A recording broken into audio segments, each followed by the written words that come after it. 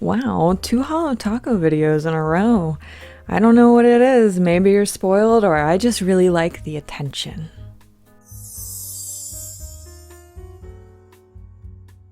Welcome back to Ruby on Nails, and I got a new camera, so I'm still figuring some things out, but hopefully there's a jump in quality and maybe I won't be so off-colored so often.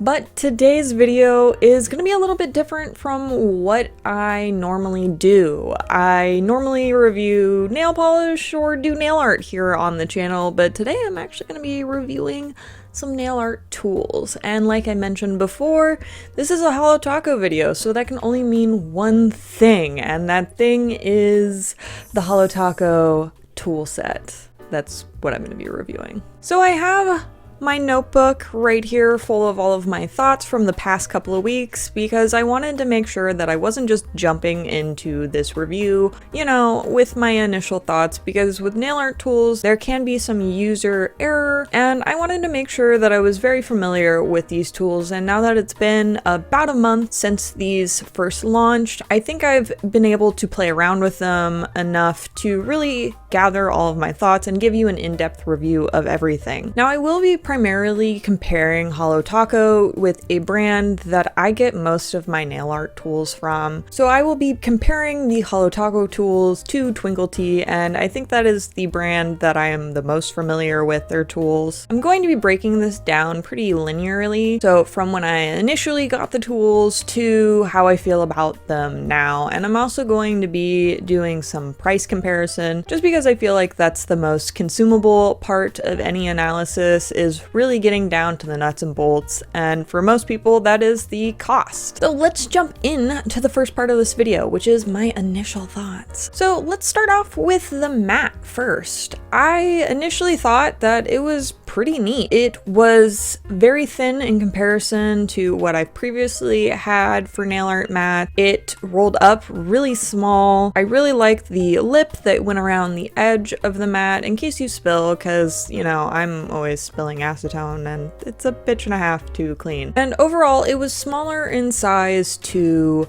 my previous nail art mats as well. Now, my first gripe with the mat is that I wish that it was a white mat, and I know that white wouldn't really match with Holotaco's branding. They primarily use black as a base color for all of their merchandise. For me, white just kind of works better. I feel like I can see the true colors and the formulation a little bit better when I'm swatching on a white mat. It's also easier for me to do my nail decals that way, because I can really see all the fine details pretty easily when it's a stark white background. Moving on to the tools, I was a little disappointed with how cheap they felt for the price. And it's not like they're cheap in a bad way, they were just really lightweight in comparison to the cleanup brush that came out separately, I believe last year. I did really like the iridescent packaging. I thought that was a nice kind of splash of color instead of just doing an all matte black. And it's also easy to see what kind of tools that you have inside of it, because the iridescent part is a little bit see-through. I have bought nail art tools in the past where they didn't come with a pouch, and then I just stick them in a little Ziploc bag, and it's kind of gross looking after a while. Like I was saying previously, I wish that these tools were a little bit heavier. I feel like I get more hand fatigue when I'm working with light tools, and I like having a little bit of heft as a counterweight when I'm doing line work. I feel like I just have an easier time working with a heavier tool, and I know that for some people, if they have any hand mobility issues, that lighter tools can be a little bit difficult as well.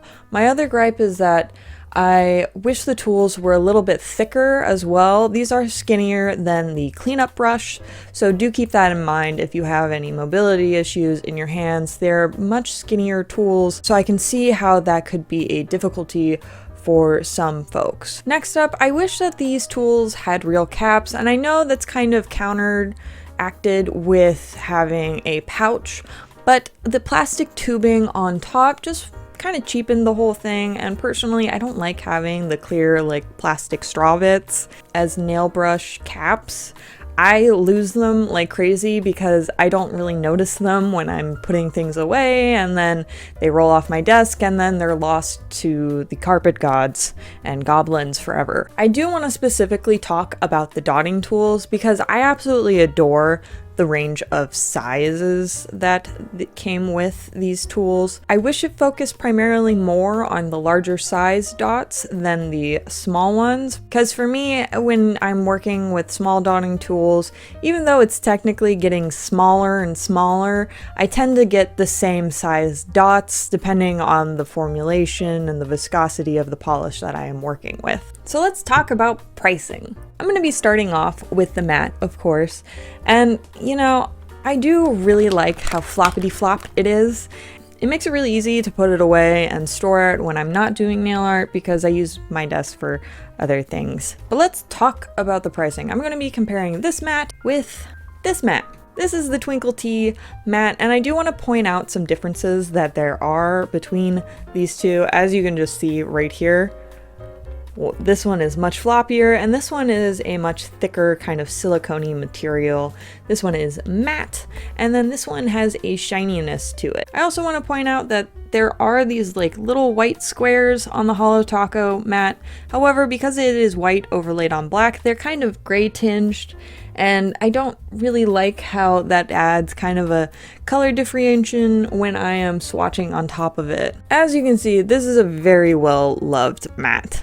I've had this one for about 4 years now, and I absolutely adore it. It gets near daily use sometimes, and it's really held up. A big difference that I want to point out is that the Twinkled T matte has a little cup right here for you to do whatever you need a cup for, be it water marbling, be it holding acetone. What I like to do, because I'm a big spiller and I'm constantly knocking stuff over because I don't pay attention, I like to put a little cap full of acetone in this part, and in case I knock over the acetone, it just gets caught in this little cup and then evaporates over time. The other thing I want to point out is that the Twinkled T matte has a little, I want to call it like an artist palette, where it has these little circle divots where you can dot polish. Personally, I don't really use this because I feel like polish dries up so quickly that I just have an easier time kind of smearing it on the primary part of the matte itself and then working with that. In a similar kind of way, the Twinkled T matte has these little squares. It has a black square and a white square for you to kind of do those decal swatches or to practice some nail art on, just if you want to see how something would look with a dark or a light base, and I don't really get that option with the Holotaco matte. It also has these handy little creepy fingers, and it has 10 of the white nails and 10 of the black nails, which I think really is helpful if you're trying to kind of guesstimate how big you need to make a decal. So now that we've pointed out those differences and similarities between the Holotaco matte and the Twinkled T matte, let's talk about the pricing differences. So I do want to say that I sourced the prices a few weeks ago, so if there are any differences on the website, that's why, because the pricing I got is from 3 weeks ago. So the Holotaco matte is $15 if you were to buy it separately, and then the Twinkled T Glamour Matte is $17. Now, there is that $2 difference. However, I feel like Twinkled T kind of invested those $2 into adding more features to their matte than the Holotaco matte, which is just kind of a flat matte with some white printed on top, whereas the Twinkled T has the cup and then the palette and more swatching stencils than the Holotaco one. Depending on what you want, you can go with either matte. There are goods and bads about each one, and it really just depends on what your personal uses and nail art style really is. Now let's talk about brushes. This is the nail art brushes that I primarily use for every bit of nail art that I've done in the last 3 years. This is the Mint Choco 15-piece nail art set from Twinkled T, and I have battered the living hell out of these brushes, and they still work really well. They're a little stained, a little frayed, and I've kind of melted some of the handles with acetone, but they've held up really, really nicely. This set is $13, and in comparison to the 5-piece set from Holotaco, this is $25.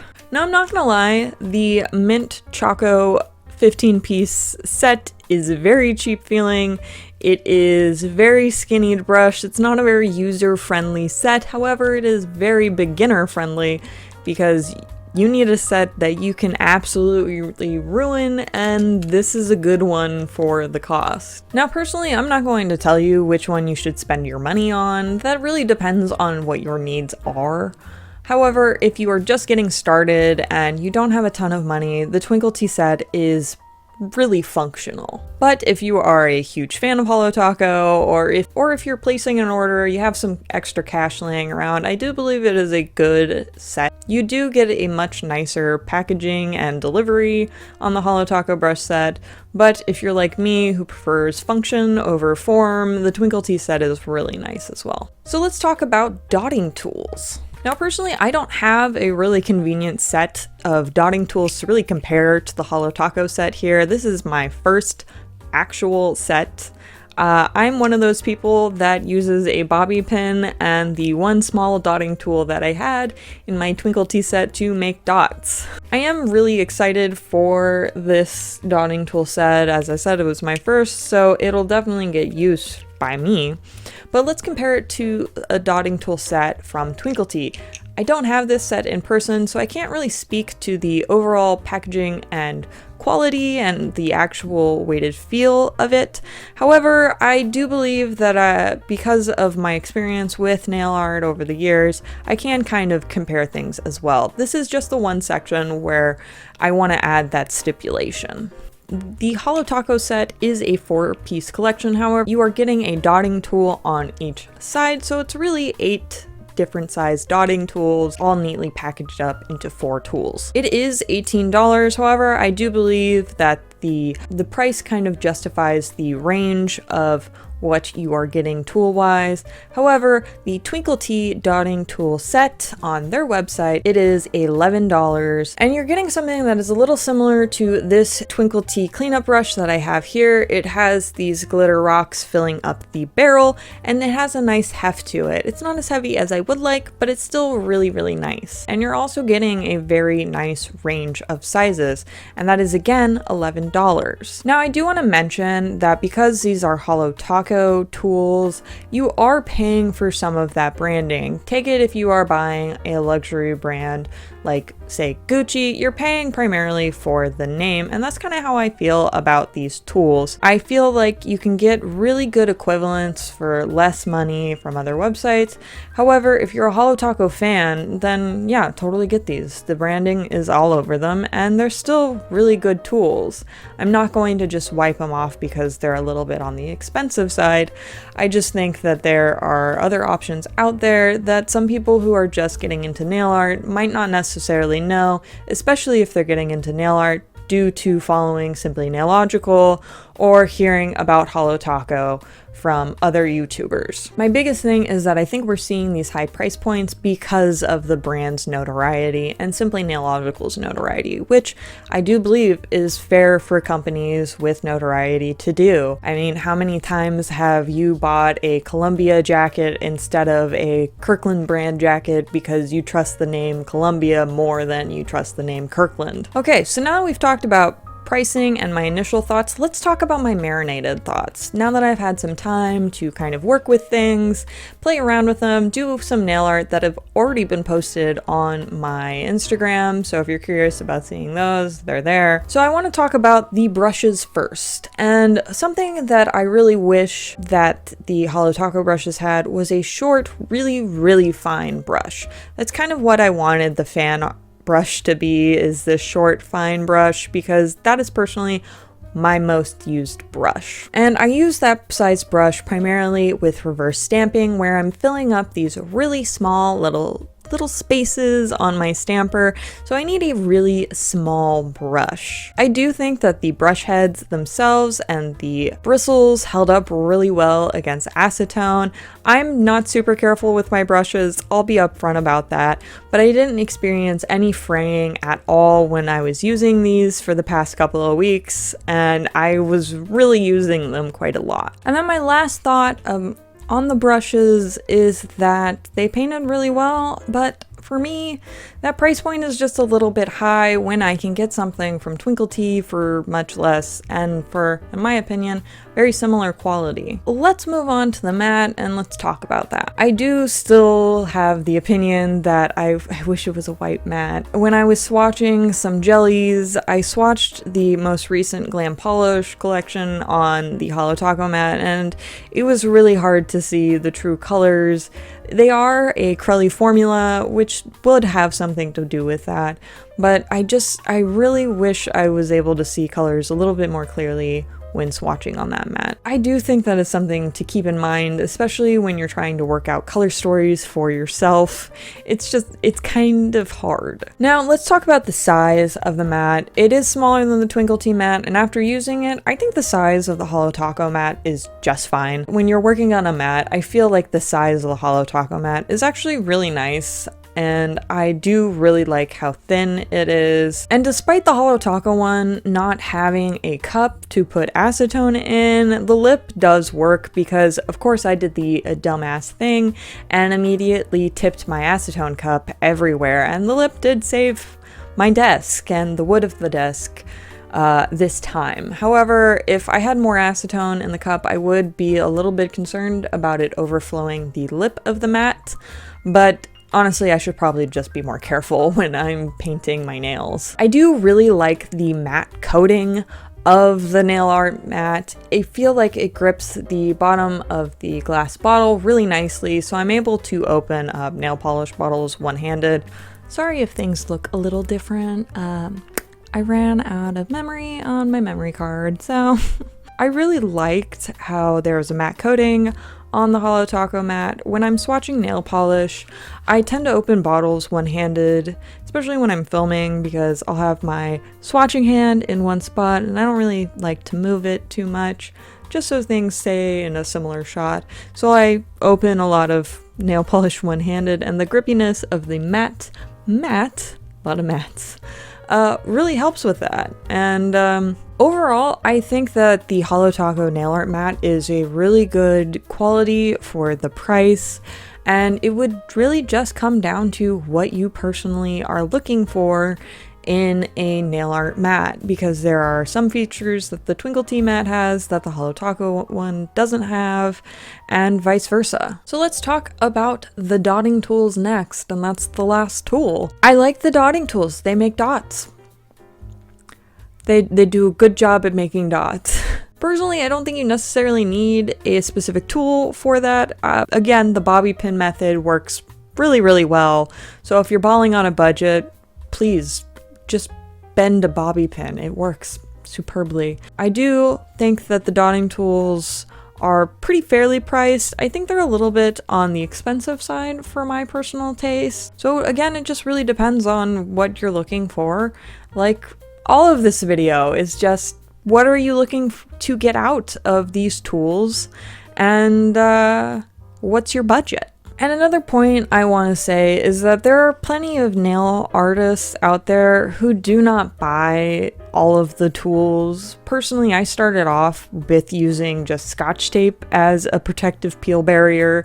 It was tedious, but it worked. If you want to know what some of my balling on a budget hacks were a few years ago, definitely let me know in the comments below. At the end of the day, you, the consumer, are going to make your choice, and what my videos really do is just offer you some things to think about. I'm not going to tell you not to buy the Holotaco tools. I do just want to offer just kind of another side of the coin. I think people get really wrapped up when a big name and influencer comes out with a product and they have that immediate rush of adrenaline, like, I gotta get it. And then can feel a little disappointed once they have it in their hands. I know that's how I feel about the Jacqueline Morphe palette. I feel like my videos are kind of just another way to help you make an educated purchase yourself, because so many of us have limited incomes and need to be smart about how we spend our money, because I'm not going to tell you not to buy something that you love and would make you happy, but I do want to help you make sure that that product will make you happy once you receive it in the mail. So yeah, that is my Holotaco nail art tool review. I hope it was helpful. I hope it made sense to you. Those are my thoughts and my opinions. Let me know down below if this is a video that you enjoyed. I would gladly review more nail art tools for you, because it's a hobby that I love, and I love being able to spend my money so you don't have to. But yeah, thank you so much for watching. Thanks for putting up with me. If you like this video, and if you like my videos, make sure to subscribe, and I'll see you guys next week. Bye.